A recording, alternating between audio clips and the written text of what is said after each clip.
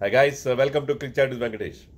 శ్రీలంకతో జరిగిన ఫస్ట్ వన్డేలో మన జెన్ నెక్స్ట్ కురాళ్ళు కొంచెం పొరపాటు పడ్డారేమో అనిపించింది నాకు. ఏంటంటే వాళ్ళు ఇది 50 ఓవర్ మ్యాచ్ అనుకోలేదు, T20 మ్యాచ్ లేకపోతే ఐపీఎల్ మ్యాచ్ అనుకున్నారు. సో అలా ఆడారు వాళ్ళు. ఎందుకంటే ఆ స్ట్రైక్ రేట్స్ చూడండి. Prithvi Shah 43 in 24 balls with 179 strike rate with 9 boundaries. Ishan Kishan 42 balls 59, 140 strike rate.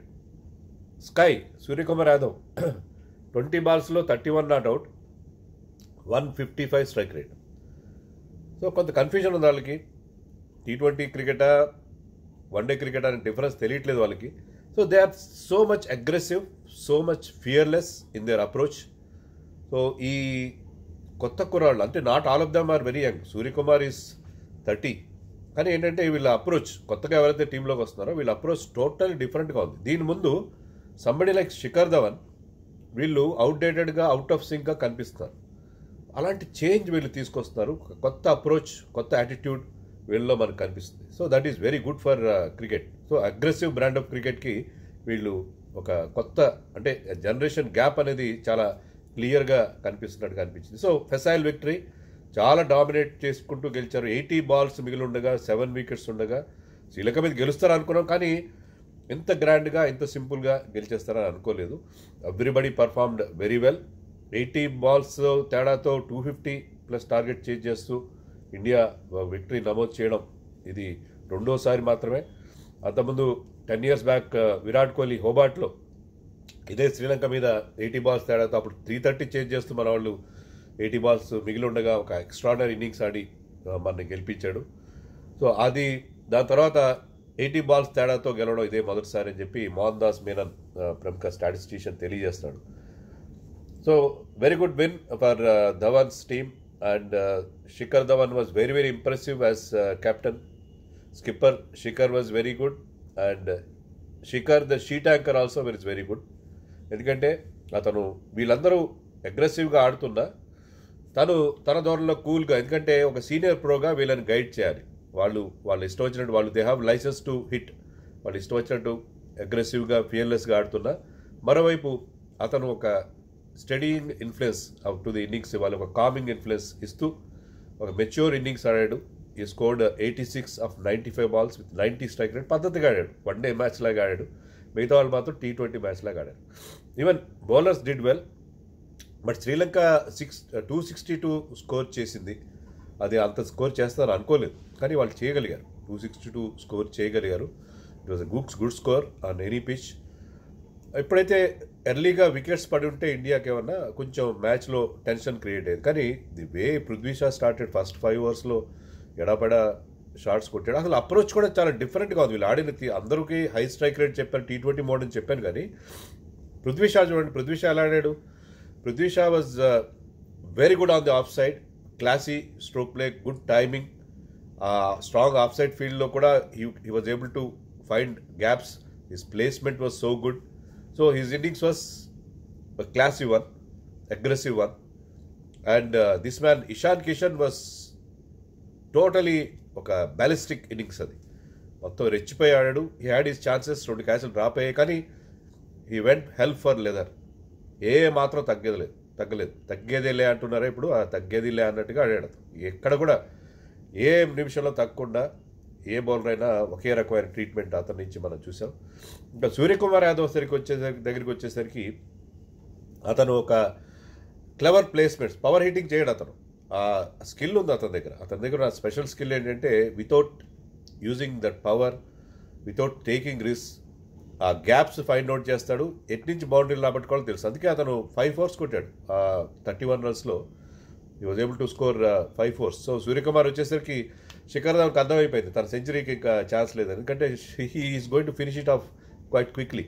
So different స్టైల్లో ఆడారు, బట్ అందరూ కూడా అగ్రెసివ్గా ఆడారు. సో సెలెక్టర్స్ చాలా తలనొప్పి క్రియేట్ చేస్తున్నారు T20 వరల్డ్ కప్ విషయంలో, బట్ ఎవ్రీబడి ఈజ్ హ్యాపీ. ఎందుకంటే బౌలింగ్లో కూడా మనం చూస్తే వన్స్ అగైన్ ఆ కుల్చా కాంబినేషన్ క్లిక్ అయింది. 49 for no loss.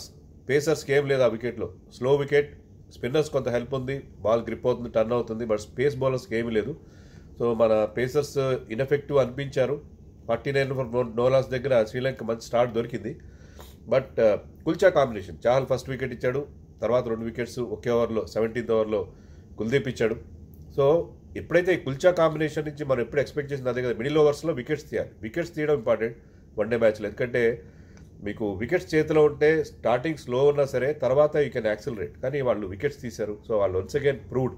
ఎప్పుడో 2019 వరల్డ్ కప్ తర్వాత మళ్ళీ వాళ్ళిద్దరూ కుల్చా కాంబినేషన్ అనండి, చాకు కాంబినేషన్ అనండి, మళ్ళీ మనం చూసాం. వాళ్ళు దేవర్ అమాంగ్స్ ద వికెట్స్. ముఖ్యంగా Kuldeep was very very effective. He was flighting the ball, he was getting the lot of turn.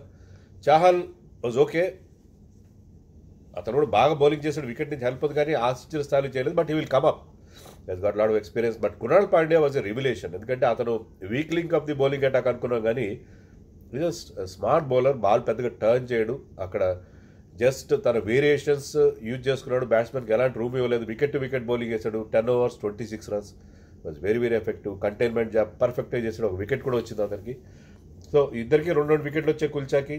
అలాగే దీపక్ చాహర్ సెకండ్ స్పెల్లో వికెట్స్ తీశాడు.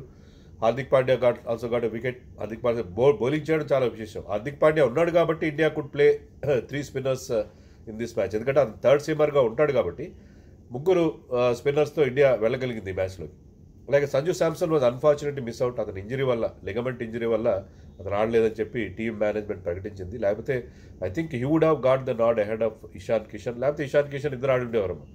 మనీష్ పాండేకి ఛాన్స్ ఇచ్చారు, కానీ మనీష్ పాండేకి అర్థం కాలేదు. అతను పాత జనరేషన్ వాడా కొత్త జనరేషన్ వాడా అర్థం కాలేదు. కన్ఫ్యూజన్లో ఉన్నాడు, ప్రెషర్లో ఉన్నాడు. ఎందుకంటే ఈ మిడిల్ ఆర్డర్ స్లాట్స్ కొన్న పోటీలో అతను చాలా వెనకబడిపోయాడు. సో ఆ ప్రెషర్లో తన ప్లేస్ని టీంలో నిలబెట్టుకోవాలన్న ప్రెషర్ అతనిలో కనిపించింది. But he could not measure up to the standards.